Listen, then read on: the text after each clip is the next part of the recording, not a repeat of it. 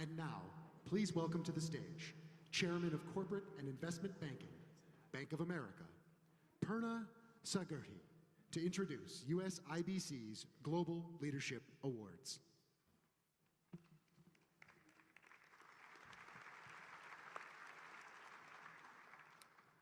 Good evening. No one represents the rise of the Indian pharmaceutical industry better than Sun Pharmaceutical Industries Limited. The $30 billion market capitalization company is the world's fifth largest specialty generic pharmaceutical company and India's leading pharmaceutical company. It provides high quality, affordable medicines trusted by customers and patients in over 150 countries across the globe. Sun Pharma's global manufacturing and R&D presence spreads across 6 continents with a multicultural workforce comprising over 50 nationalities. What is fascinating is that almost 50% of Sun Pharma's sales are in the US, a truly global company that is touching the lives of many across the globe. It took one visionary 33 years and 17 acquisitions to create this corporate juggernaut. Ladies and gentlemen, Dilip Sangvi, founder and CEO of Sun Pharmaceuticals, is a first-generation entrepreneur, a humble giant in the healthcare world who has touched millions of people in India and outside and helped them improve their lives. This year, the Honorable Prime Minister and the Government of India recognized Dilip Sangvi with the Padma Shri Award for Distinguished Service in Trade and Industry. As all of you know, this is one of the highest civilian awards of India. He has been a proud recipient of many Entrepreneur of the Year awards and many Business Leader of the Year awards, including the prestigious J.R.D. Tata Corporate Leadership Award. Honorable Prime Minister, Mr. Chairman, ladies and gentlemen, it gives me great pleasure to present to you a visionary, a trendsetter, a global citizen, a humble philanthropist, the 2016 USIBC Business Leadership Award recipient, Dilip Sangvi.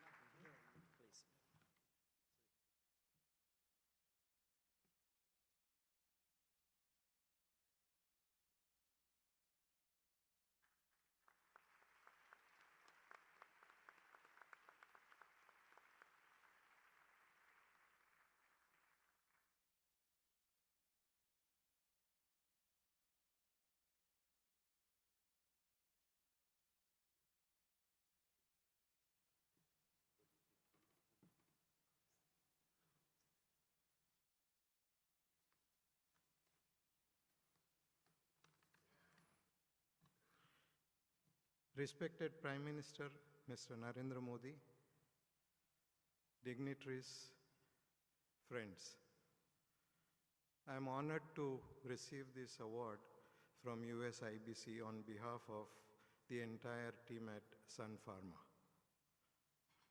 To receive it from our dynamic Prime Minister is a special feeling.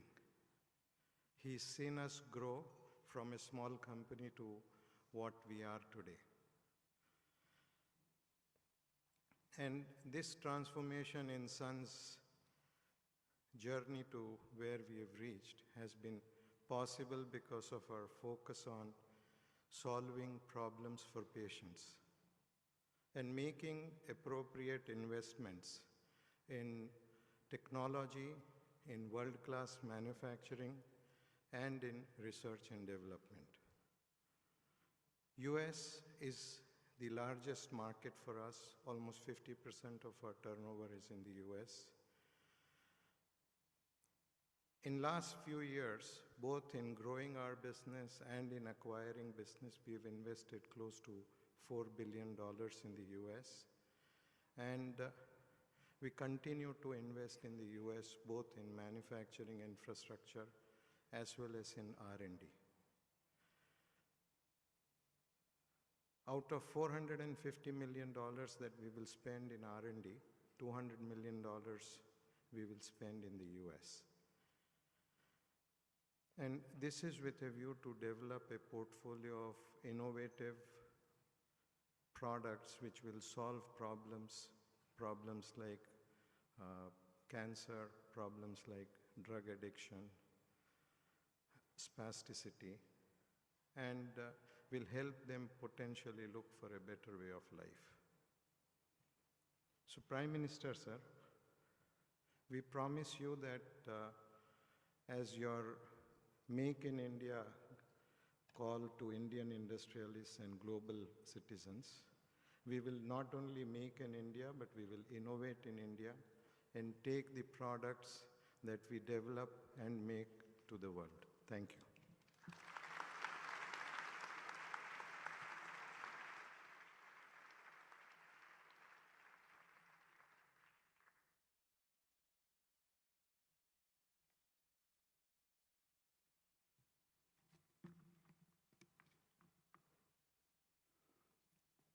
When you are compared to Galileo and Newton, when people compare your brilliance to that of the Jedi, when you are referred to as the Elvis Presley of the internet, ladies and gentlemen, it is tough not to be in awe of Jeff Bezos. He didn't invent online shopping, but his baby, Amazon.com, is the giant in the space. He has changed the way we shop and has put the fear of survival into the biggest retailers in the world. When your mission is being the most customer-centric company in the world, you have unlimited opportunities. The genius in the mission statement is that everyone in the world and everything they aspire for is Amazon's business. With $107 billion in sales and 230,000 employees in 2015, Amazon has already reached new heights. The last time I checked, Amazon had an equity market capitalization of $343 billion. Let me help put that in perspective. The full float market capitalization of each of Indonesia, Mexico, and South Africa are around the market capitalization of Amazon. One company in the same league as all the companies put together in each of these countries. Jeff has also sprinkled his magic dust on the Kindle, on web services, space travel, and media, among others. I was impressed to read that last week, India Post released my stamp to commemorate the strong relationship between Amazon India and India Post. Using the extensive network of India Post, Amazon India services customers in over 19,000 PIN codes through 155,000 post offices in mostly rural areas across 35 states and union territories. Jeff started Amazon in 1994 and took it public in 1997 and was named the Time Magazine Man of the Year in 1999, a very short time frame.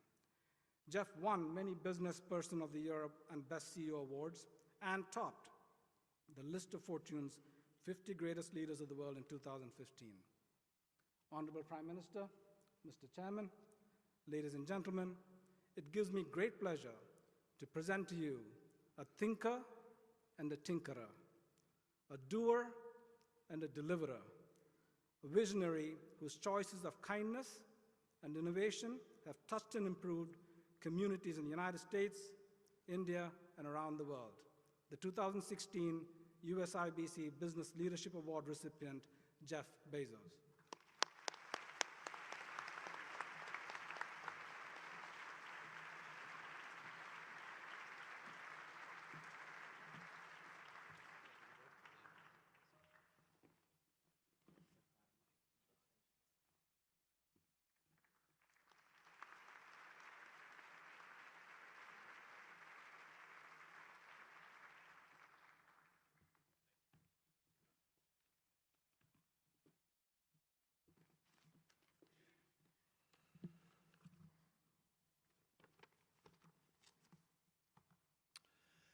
Thank you, Prime Minister Modi. It is a terrific honor to share the stage with you, much less accept an award. I'm very grateful and humbled. The timing of this visit of yours to the United States is a happy coincidence for me, because 3 years ago, just yesterday, we launched our marketplace, Amazon India. And I can assure you it's only the beginning, and as we like to say at Amazon, it's still day one.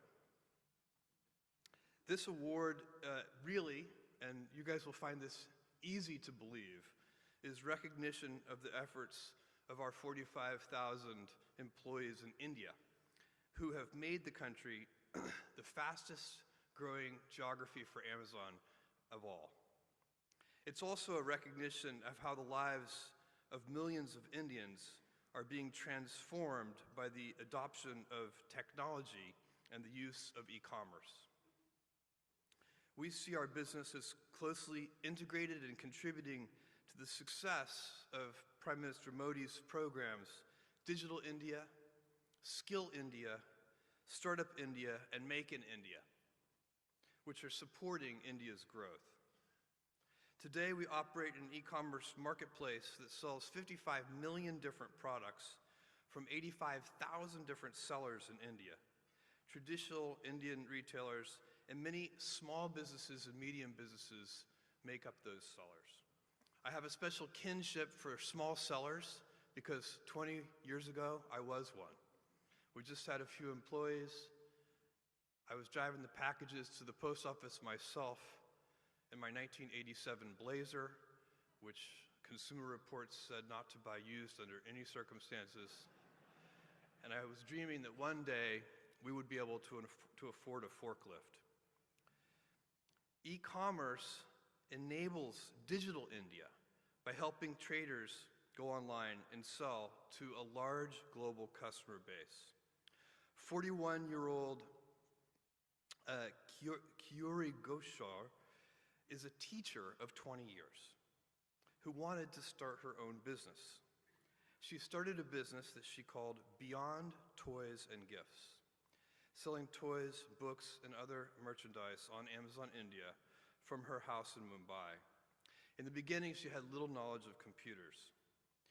We helped her understand online selling, and today, her revenues are over $200,000 per month. Let me repeat that, $200,000 a month. It's unbelievable. We've witnessed increasing e-commerce adoption across rural India. This growth is motivating more Indians to buy and sell online, enabling infrastructure creation and helping to build valuable skills. We're leveraging e-commerce to teach new skills and contributing to the Skill India initiative. Kamahama, a 50-year-old widow who runs a small store in Bangalore selling bags, enrolled her store in Amazon's pickup and delivery network and doubled her income to $500 a month in just a few months. There are 9,000 such entrepreneurs in the country who run pickup points for Amazon India. Our investments in India have created jobs and helped ancillary industries like packaging and transportation and logistics, and our technology has helped improve supply chain infrastructure. We've so far built 21 fulfillment centers with nearly 5 million cubic feet of storage space and partnered with India Post, which has enabled us to reach all serviceable PIN codes across the whole country and contributed to India Post's growth. Soon, India will also be the home to our largest software engineering and development center outside the US, located in Hyderabad, which will provide jobs and career development for thousands of developers. An ambitious program like Startup India needs the power of technology to help it grow, and we're excited to announce that we'll open an Amazon Web Services cloud region in India this year. Our investments won't only support Startup India, but will help to accelerate India's role as a hub for innovation and digital entrepreneurship. And over time, a significant number of new jobs will be created because of the deployment of Amazon Cloud services and the way that makes Indian businesses nimbler, efficient, and global. And we've barely scratched the surface of this vast nation and its potential, its immense value to the global economy. Close to 8,000 Indian businesses are selling directly to customers in the US and in Europe from our website. 5,000 Indian businesses participated in record-breaking Black Friday sales last year. Make in India and sell to the world is turning into a reality. For example, Nadeem Syed, who owns a company called Standard Leather in Mumbai, is earning $3,500 a month selling leather jackets in the United States. It would have been very, very difficult, perhaps even unimaginable, to figure out how to do that as a leather workshop worker prior to the internet. In addition, big Indian brands like Organic India and Himalaya have seen significant sales growth and a global stage to directly connect with customers. I'm pleased to announce today that Amazon will invest an additional $3 billion on top of the $2 billion investment that we announced in 2014, bring our total committed investment in India to over $5 billion US.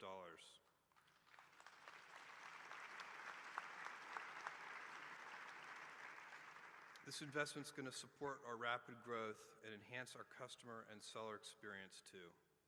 Prime Minister Modi, thank you for recognizing our efforts in India. India is an amazing nation. It's a great nation. It's a great democracy. And the people of India are incredibly dynamic. When I peer into the future of India, what I see is unlimited India. Thank you.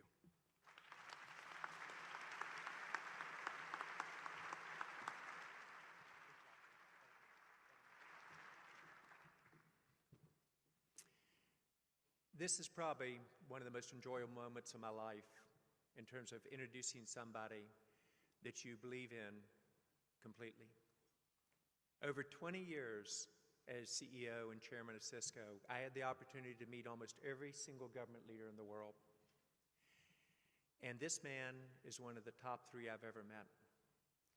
It's hard to explain how you come to that conclusion.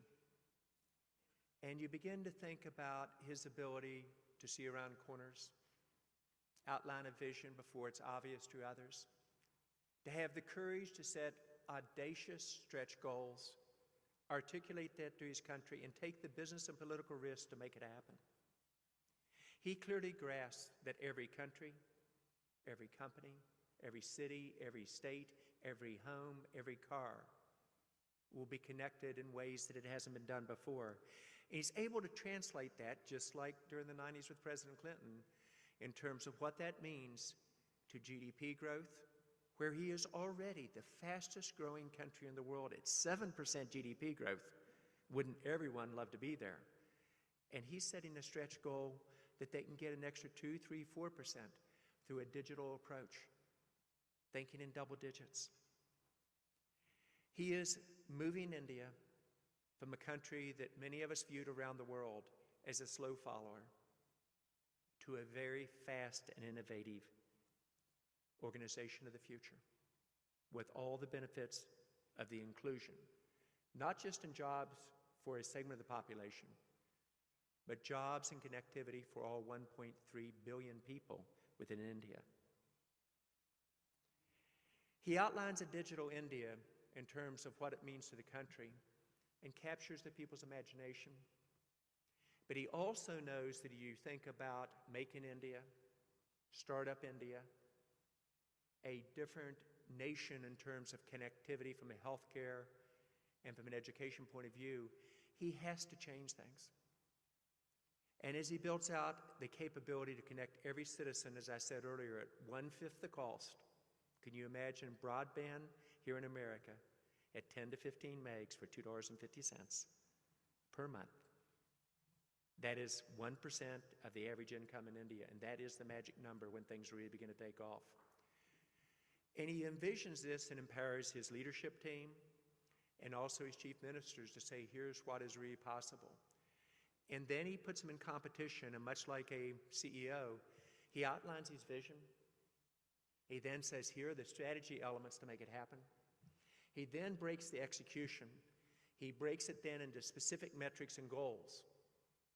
And then he puts them in competition to see who can do the best job for their citizens.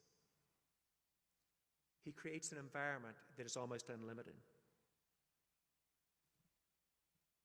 We in the business world, when you look at how he does this, we actually think during your spare time you would make a great CEO because you think that way. But he also just finished talking to 30 CEOs, and it was my fault that we ran late, by the way. We went over time. I did not do a good job on time management. But he listened to each one of us, and then, without taking hardly any notes, because I sat beside him and watched him, he went back through almost every key issue that we covered and addressed each person around that table. I started with the challenge to say now is the time for India and the US to be the closest nations in the world, to use the India-US Business Council as an example with our businesses working together to catch this inflection point, digital inflection point that can change the lives for 1.3 billion people in India and over 300 million in the US. He will not only lead the emerging world in this transition that is about to occur, he will lead the developed world. He's a leader that, as we listen to it, and I see both Republicans and Democrats in the audience, also as we think about our next president, be it a she or a he, both candidates have been selected, I think could learn a tremendous amount from. We at Cisco have bet big on India. I think it is the safest bet in the world. And I think when you listen to this man, you can understand not only what we could do between two great nations, but what we could do between two great business nations, citizens, countries who are founded on democracy. It is an absolute joy tonight to introduce, I think, one of the greatest leaders I've ever met in my life, the Prime Minister of India, Prime Minister Modi.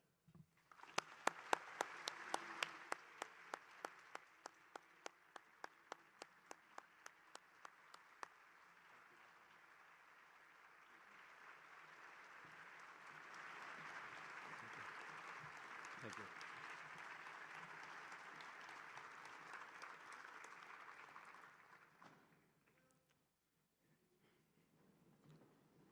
Ladies and gentlemen, I'm delighted to be here again among such a large and distinguished gathering of political and business leaders. Earlier today, I had the pleasure of meeting President Obama, and we shared our thoughts on a wide range of issues concerning our two nations.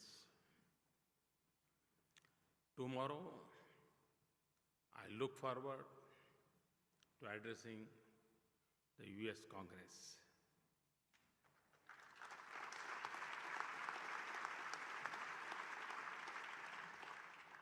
India's bilateral relationship with the United States is stronger than ever, and we both agreed that the future would be even brighter.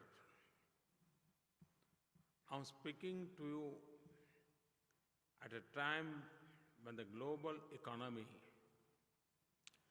continues to be weak. Several parts of the world are still facing very difficult conditions.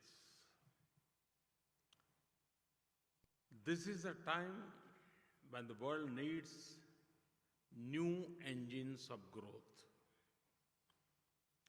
From the point of view of the world's oldest democracy, obviously, it would be nice if the new engines are democratic engines.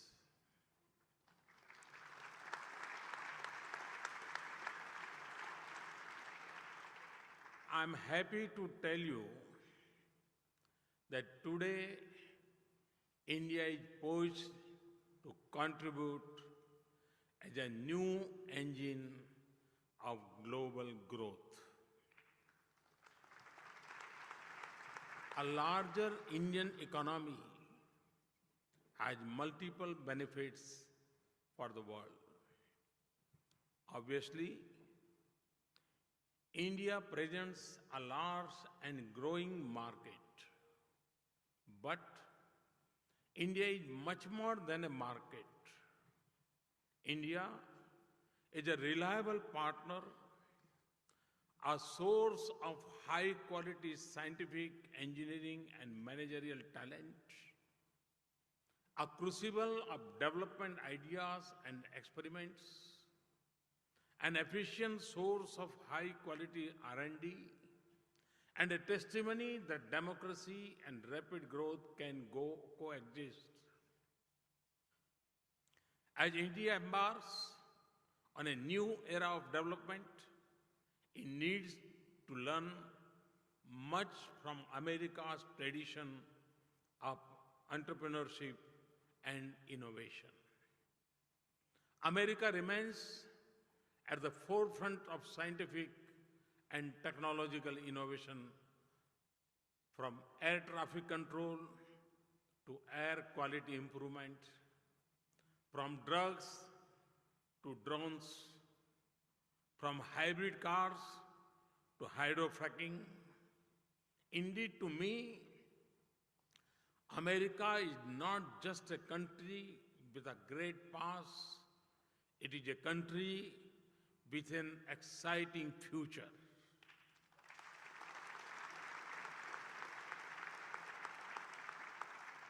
I am therefore sure that ours will be a partnership which sees both nations benefit.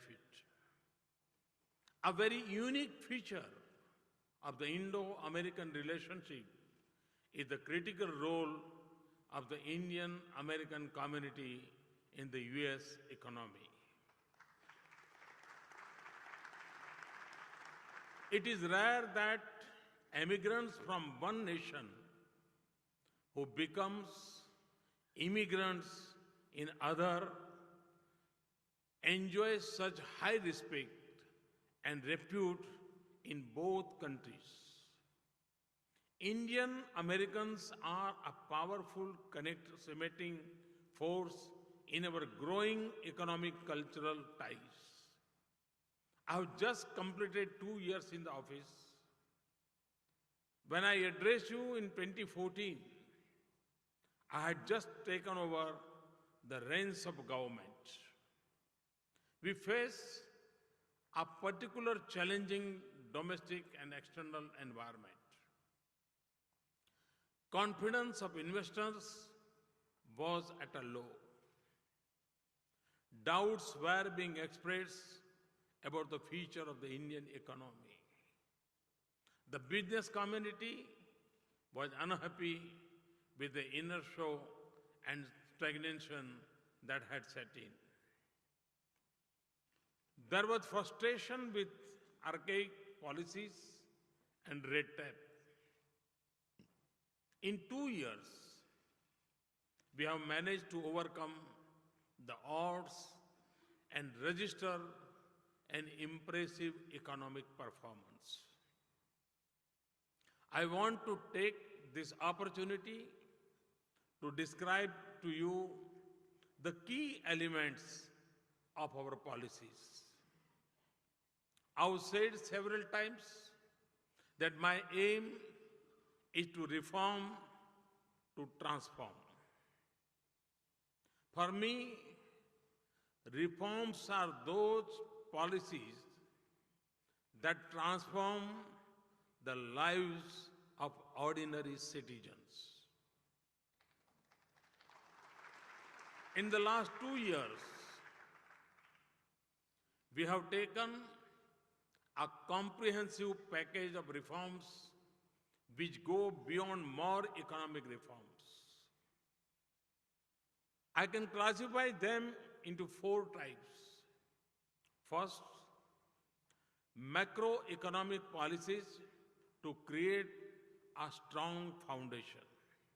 Second, policies to stimulate growth and employment through investment and trade and to increase efficiency and productivity. Third, policies to ensure that growth benefits to the poor and the weaker section of the society, including women and farmers. Fourth, a frontal attack on corruption. Let me start with my macroeconomy. Since we took office, inflation, the fiscal deficit, and the balance of payments, current account deficit, have all fallen. GDP growth, foreign exchange reserves, stock market valuations, and investors' confidence have all increased. This success is the result of a series of well thought out policies.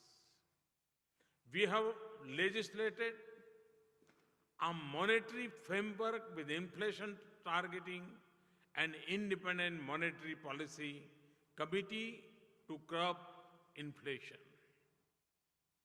We embarked on a course of fiscal consolidation, and our fiscal deficit has been reduced substantially in each of 3 budgets so far.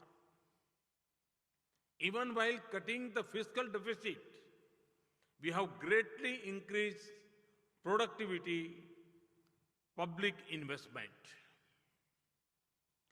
This has been made possible in 2 years,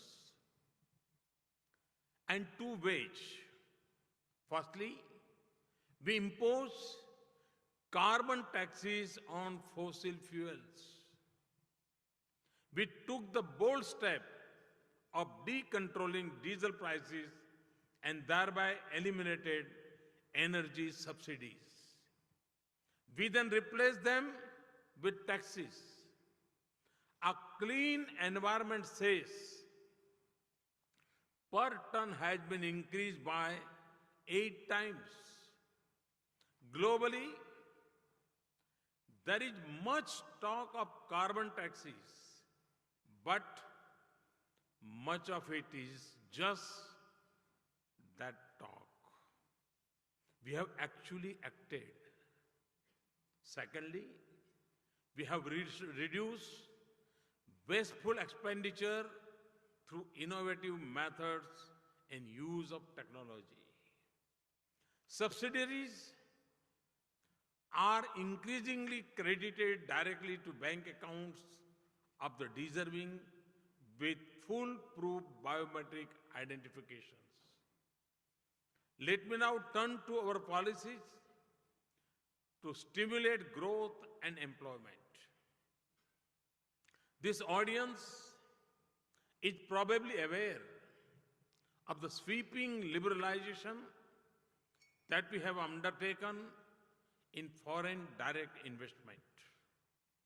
We have put most sectors on automatic approval and opened up sectors like defense and railways to foreign investment.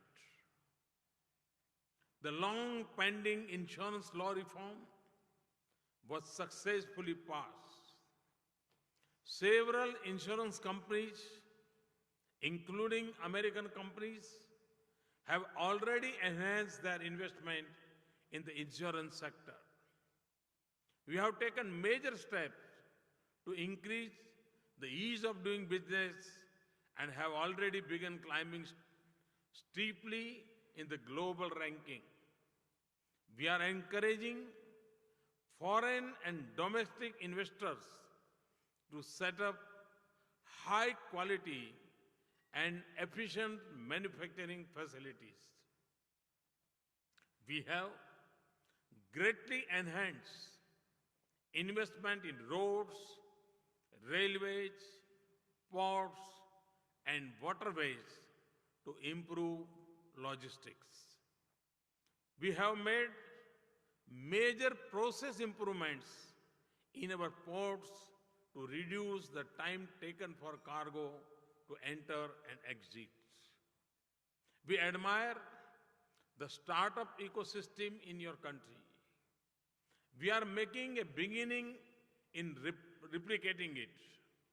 Our startup India program has stimulated a new breed of innovators.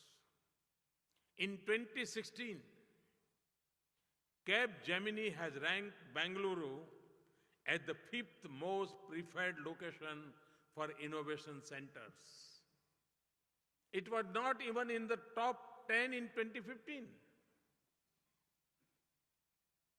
For our economy to succeed, we need a strong banking system. We inherited a system where cronyism and corruption were believed to be rampant in banking decisions and appointments to public sector banks. I held the first ever retreat of a prime minister with bankers. We have set up clear performance measures and accountability mechanisms. We are committed to ensuring adequate capital. Interference in banking decisions has ended. A new process for appointments has been put in place under a bank board bureau. Credible and capable bankers have been appointed to head banks. For the first time since banks were nationalized 47 years ago, private sector professionals have been appointed in key positions first time. I now turn to our policies to ensure that growth is inclusive. We have brought more than 200 million people into the banking system through the financial inclusion program called Pradhan Mantri Jan Dhan Yojana. This is more than the population of most countries in the world. Now, these millions are part of our banking system, and words like interest rate have a meaning for these poor people. These people have shown that there is a great strength at the bottom of the pyramid. Believe it or not, accounts opened under the Pradhan Mantri Jan Dhan Yojana today have a total balance of almost $6 billion. The Jan Dhan Yojana has also transformed the ability of the poor to make and to receive electronic payments. Every Jan Dhan account holder is eligible for debit cards.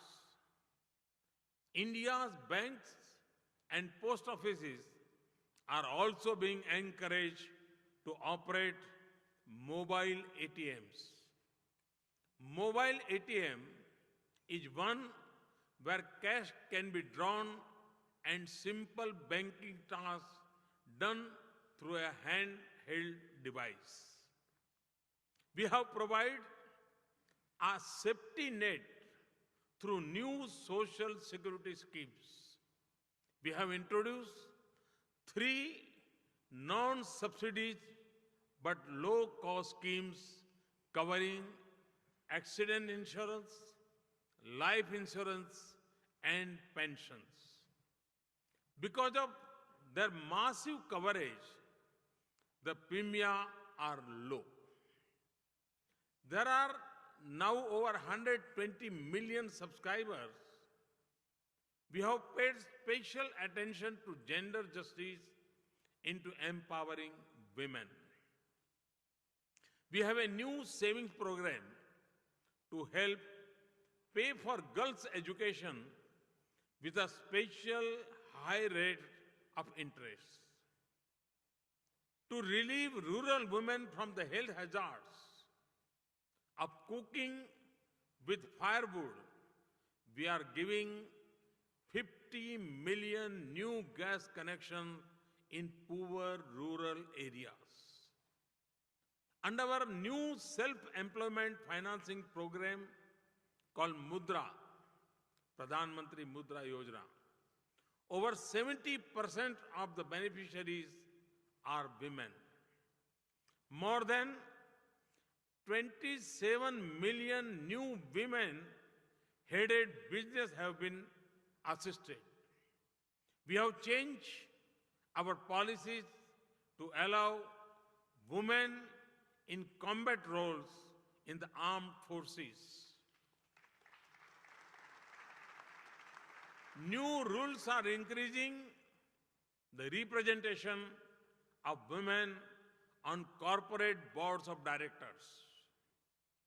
Agriculture remains India's mainstay in terms of providing livelihood. There was a tendency to deprive farmers of subsidized fertilizer by diverting it for the production of chemicals. A simple but very effective solution is neem coating of fertilizer, which makes it unsuitable for diversion. We have moved towards universal neem coating of urea. It has already saved millions of rupees of diverted farm subsidies and improved fertilizer availability to farmers. It is an example of how simple reforms can be very effective. We have introduced a soil health card nationally, which tells every farmer the condition of his or her soil. It enables the farmers to choose the best crop and right quantity and mix of inputs. The greatly reduced wastage of inputs and increase crop yield besides protecting the soil. By reducing unnecessary chemical inputs, it is also good for health of consumers. 140 million soil health cards will be issued. This brings me to an achievement that I think even our worst critics do not dispute. This is the change in levels of corruption. For many years, economists and other experts have held corruption to be one of the main constraints on the growth of any developing country. We have taken decisive steps to curb corruption. I have already referred to what has been done in public sector banks. We removed discretion in allocation of key resources and moved to transparent auction of mines, spectrum, and FM radio licenses, and we have purged leakage through direct benefit transfer. We have revamped our personnel management to ensure that senior positions are held by persons of integrity. We have launched an ongoing campaign against tax evasion and black money. The poor are the greatest beneficiaries of the reduction in corruption. Looking to the future, let me outline what I see as the path we will follow in the coming years. Firstly, we will continue to have disciplined and prudent macroeconomic policies. I firmly believe that sound macroeconomic fundamentals are necessary foundation for long-term sustainable growth. Secondly, we will combine this with a continued stress on inclusion and equity. This is to ensure the fruits of development reach not to a few, not to many, but to all Indians. And this will also mean continuing our attack on corruption. Thirdly, we will continue to make progress on improving the investment climate and ease of doing business. We want to make India a destination which not only welcomes business, but where it is easy to do business.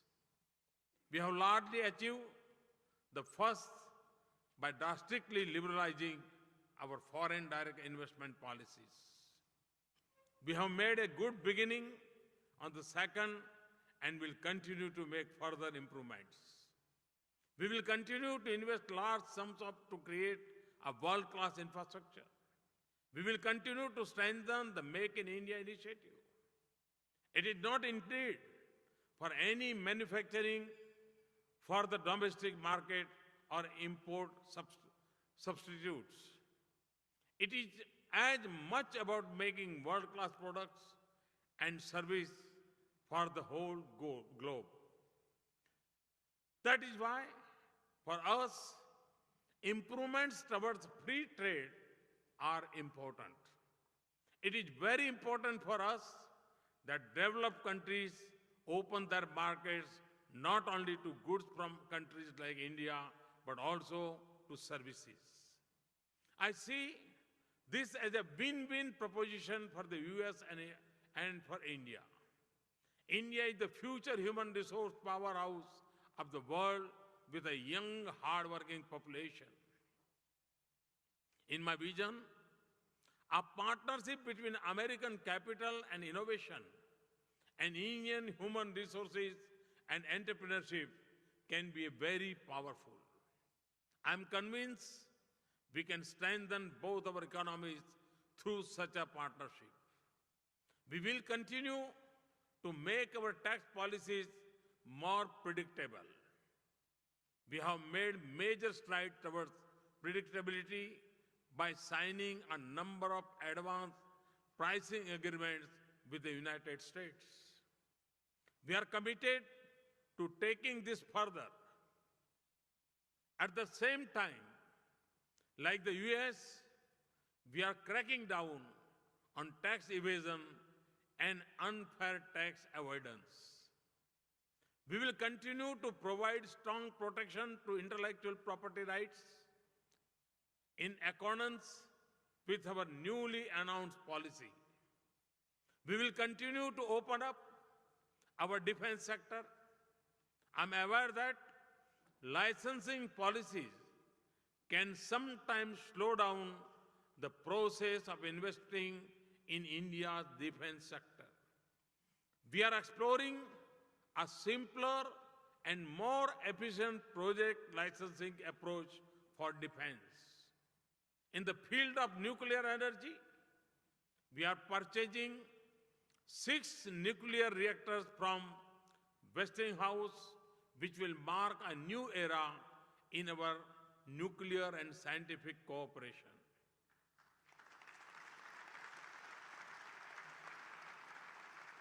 I was delighted when GE became one of the first companies to make a major investment in the newly liberalized railway sector. It is setting up locomotive manufacturing plants in Bihar. I expect many more such investments. The river Ganga has a special significance for India. The Namami Gange program to clean the river Ganga is on the verge of taking off. It will be a big priority over the coming years.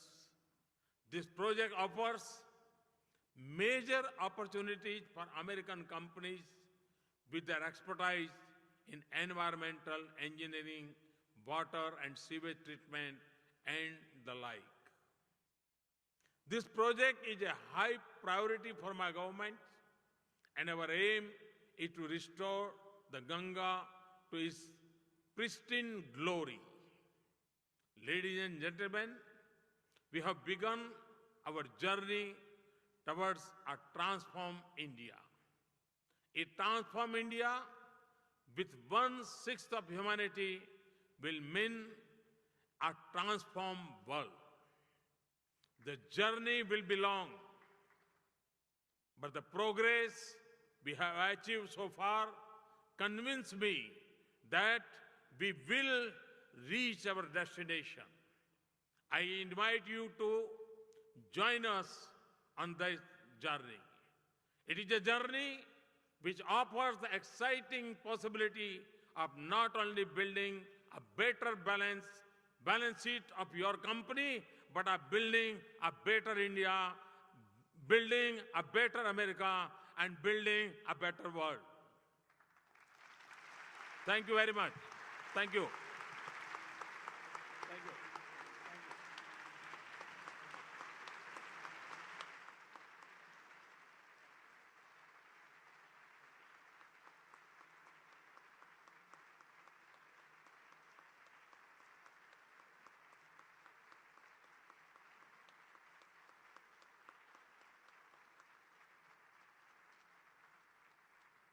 Ladies and gentlemen, USIBC and its members have created a special edition coffee table book as a tribute to the Prime Minister's leadership in transforming the U.S.-India partnership and taking it to new heights.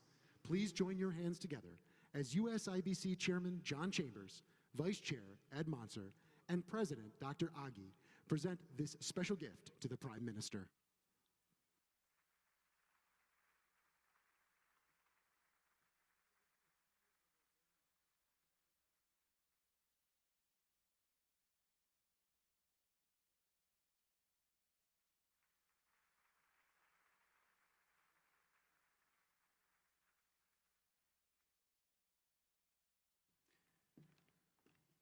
Well, Prime Minister, we all would like to thank you for another trip to the United States. We'd like to thank you for your availability, your openness, your willingness to listen. We also want to thank you for the trust that you give the U.S.-India Business Council. We appreciate it very much. Many of us here have traveled to India to vibrant Gujarat conference over the years to listen to you, to hear your vision. And recently, many of us here traveled to Mumbai to Make in India, again, to listen to your message, to listen to your vision. Thank you. Thank you for the courageous leadership, the courageous global leadership you bring. Your willingness to make and take important positions and then invest your own time, your own energy, your own spirit to ensure those successes. Thank you. Make in India is working. Thank you. Digital India is working. Thank you. Skills India is working. Thank you. But most important, and this is in business measures, and you talked about productivity and what we see in our employees in India is a dramatically improving productivity. Where does that come from? It comes from many sources, but we all see the hope and optimism that you deliver to the people of India is reflected in the business results. And I must say, your consistent message of hope and optimism for all of us inspires us.